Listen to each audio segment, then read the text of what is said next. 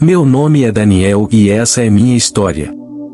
A minha vida virou de cabeça para baixo aos meus 17 anos.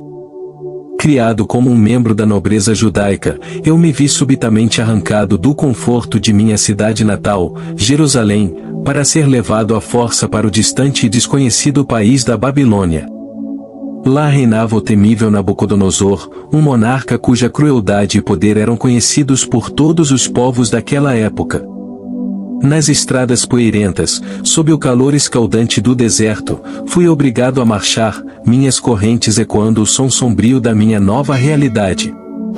Enquanto observava Jerusalém se distanciar no horizonte, uma sensação de desamparo e desespero tomou conta do meu coração. Meus sonhos e planos foram esmagados pela brutalidade da guerra e pela fúria do destino. À medida que adentrava os portões imponentes da cidade da Babilônia, sentia o peso da opressão sufocar minha alma. Ali, entre as torres altaneiras e os palácios suntuosos, eu era apenas mais um cativo entre tantos, destituído de minha identidade, minha cultura e minha liberdade. O orgulho de minha linhagem nobre agora era uma lembrança distante, obscurecida pelas sombras da escravidão. No palácio do rei, fui confrontado com o luxo e a grandiosidade, mas também com a tirania e a arrogância. Nabucodonosor reinava com mão de ferro, exigindo submissão absoluta de todos os que estavam sob seu domínio. Para mim, a dor da saudade de minha terra natal misturava-se à revolta contra a injustiça e à indignação diante da opressão. Enquanto enfrentava os desafios e as provações da vida no exílio, jurei manter-me firme em minha fé e em meus princípios. Mesmo diante das tentações do poder e das ameaças da morte, eu permaneceria fiel ao meu Deus e aos valores que me guiavam. Pois, mesmo no coração das trevas, eu sabia que a luz da esperança ainda brilhava, pronta para iluminar o caminho da redenção e da liberdade. A minha chegada e dos meus companheiros ao palácio marcou o início de uma jornada repleta de desafios e provações. Enquanto nos preparávamos para servir no palácio do rei Nabucodonosor, enfrentamos uma batalha que testaria não apenas nossa força física, mas também nossa fé e determinação. O treinamento começou com uma atmosfera carregada de tensão quando eu e meus amigos nos recusamos a participar dos banquetes extravagantes oferecidos pelo rei. Para nós, a pureza de nossas convicções religiosas estava acima de qualquer luxúria palaciana. Sob os olhares desconfiados dos outros estagiários, enfrentamos o desafio de manter nossa integridade espiritual em um ambiente hostil. Eu, corajoso e determinado, tomei a frente e pleiteei com fervor para que nos fosse concedida uma dieta simples, alinhada com nossas crenças e valores. No entanto, nossos apelos foram recebidos com resistência e ameaças por parte dos responsáveis pelo nosso cuidado. O risco de desafiar as ordens do rei pairava sobre nós como uma sombra implacável. Mesmo diante das adversidades e do medo, eu não recuei. Minha fé inabalável me impulsionava a lutar por aquilo em que acreditava, mesmo que isso significasse enfrentar a ira do poderoso Nabucodonosor. Com coragem e esperança, eu enfrentei o desafio, confiando que, no final, a justiça prevaleceria e a verdade seria revelada.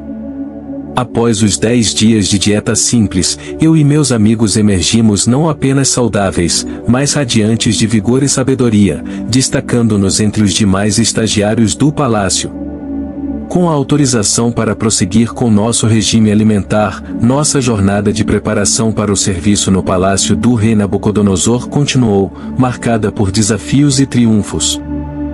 Ao término dos 3 anos de instrução, uma prova final aguardava a mim e meus companheiros, o teste direto do próprio rei Nabucodonosor. Diante do monarca poderoso, nossas habilidades e conhecimentos foram postos à prova, revelando-nos superiores aos outros estagiários em uma magnitude 10 vezes maior. Entretanto, a alegria da vitória foi efêmera, pois logo uma sombra sinistra se abateu sobre o palácio. O rei, atormentado por um pesadelo enigmático, convocou seus sábios em busca de respostas. Incapaz de recordar os detalhes do sonho, sua ira foi implacável, condenando à morte todos os sábios que não pudessem decifrar seus mistérios. Eu e meus amigos, recém-formados entre os sábios, fomos tragados pela tempestade de violência desencadeada pela fúria do rei.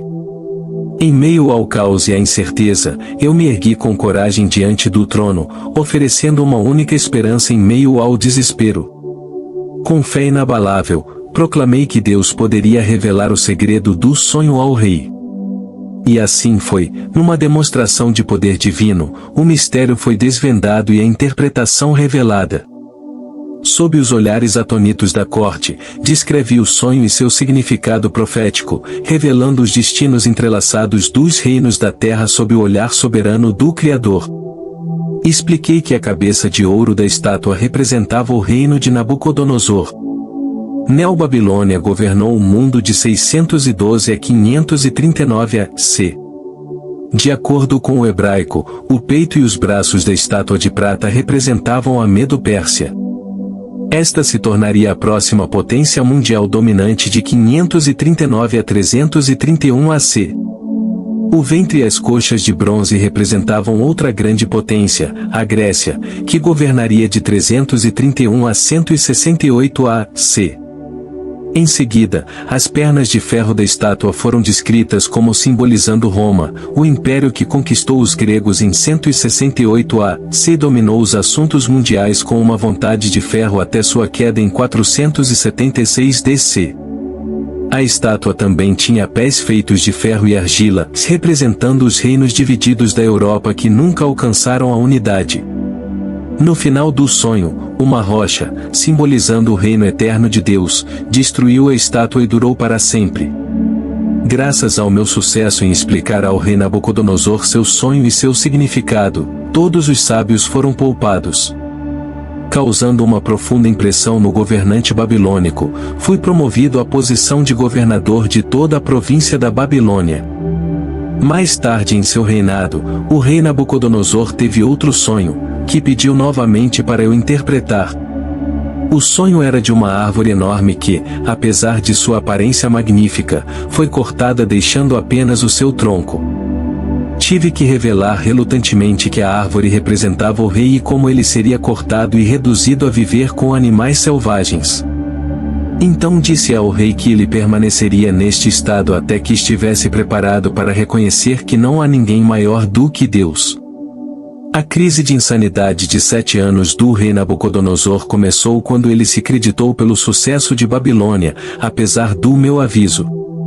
O monarca babilônico viveu por 7 anos com animais selvagens, tendo sido atingido com uma psicose severa por todo o período. Seu cabelo cresceu tanto quanto penas de águia e seus dedos e unhas dos pés se assemelhavam a garras. A vida do rei no deserto terminou quando reconheci que Deus era superior a qualquer rei e era capaz de humilhar os que andam orgulhosos. Meu serviço público na Babilônia abrangia os reinados de sucessivos governantes, incluindo o neto do rei Nabucodonosor, Belsazar. Houve uma ocasião memorável quando o rei Belsazar organizou uma festa luxuosa para 1000 membros da elite babilônica. Nenhuma despesa foi poupada. Pratos de ouro e prata, originalmente saqueados do antigo templo de Jerusalém, foram usados para servir bebidas.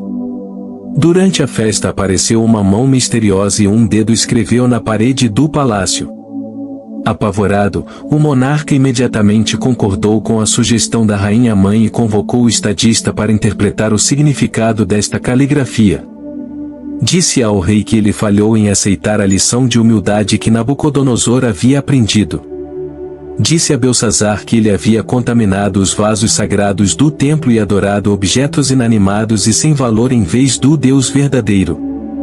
Então interpretei as palavras hebraicas Mene, Tekel, Parsim. Disse que Mene significava que Deus tinha contado os dias do reino de Belsazar e o estava encerrando. Tekel significava que o monarca não tinha provado ser um governante digno ou humilde. Finalmente, Pérez, essa forma singular de Parsim, significava que a Babilônia cairia e seria dividida entre os medos e os persas. Não muito depois de eu ter dado essa mensagem difícil, Dário, o Medo, invadiu a Babilônia e Belsazar foi morto naquela mesma noite. Continuei a cortejar o favor real sob o reinado do rei Dário.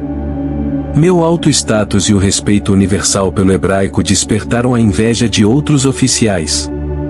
Eles elaboraram um plano para me remover, convencendo Dário a promulgar uma lei afirmando que ninguém poderia orar a ninguém além do próprio rei. Qualquer um que não obedecesse à lei seria atirado aos leões e devorado. Isso provou ser um problema para mim, que era conhecido na Babilônia por orar publicamente a Deus 3 vezes por dia. No entanto, mantive-me fiel à minha fé e continuei com o meu hábito de oração. Fui preso e julgado, para grande consternação do rei Dário, que percebeu tarde demais o esquema desonesto de seus funcionários. Antes de ser lançado na cova dos leões, o rei orou ao Deus de Daniel para proteger seu valioso político e conselheiro. Depois de uma noite sem dormir, o rei correu para a cova dos leões ansioso para ver se eu havia sobrevivido. Milagrosamente, fui poupado e disse ao rei que Deus tinha fechado a boca dos leões. O rei Dário ficou radiante ao descobrir que eu tinha sobrevivido a esta terrível provação e imediatamente me removeu do poço. Ele ordenou que os acusadores fossem jogados na cova dos leões, onde foram prontamente devorados. O rei então emitiu um decreto para todas as nações do mundo conhecido, declarando que o Deus de Daniel fosse respeitado. No final de minha vida, havia servido fielmente os governantes e as pessoas de meu tempo. Talvez minha maior contribuição tenha sido a visão que dei sobre os acontecimentos do futuro. Fiz isso interpretando mensagens de Deus para outros, bem como transmitindo visões e sonhos que Deus deu pessoalmente a este herói da Bíblia. Se inscreva no canal para mais conteúdo como esse. Curta e compartilhe esse vídeo para que mais pessoas tenham acesso a ele. Deus abençoe.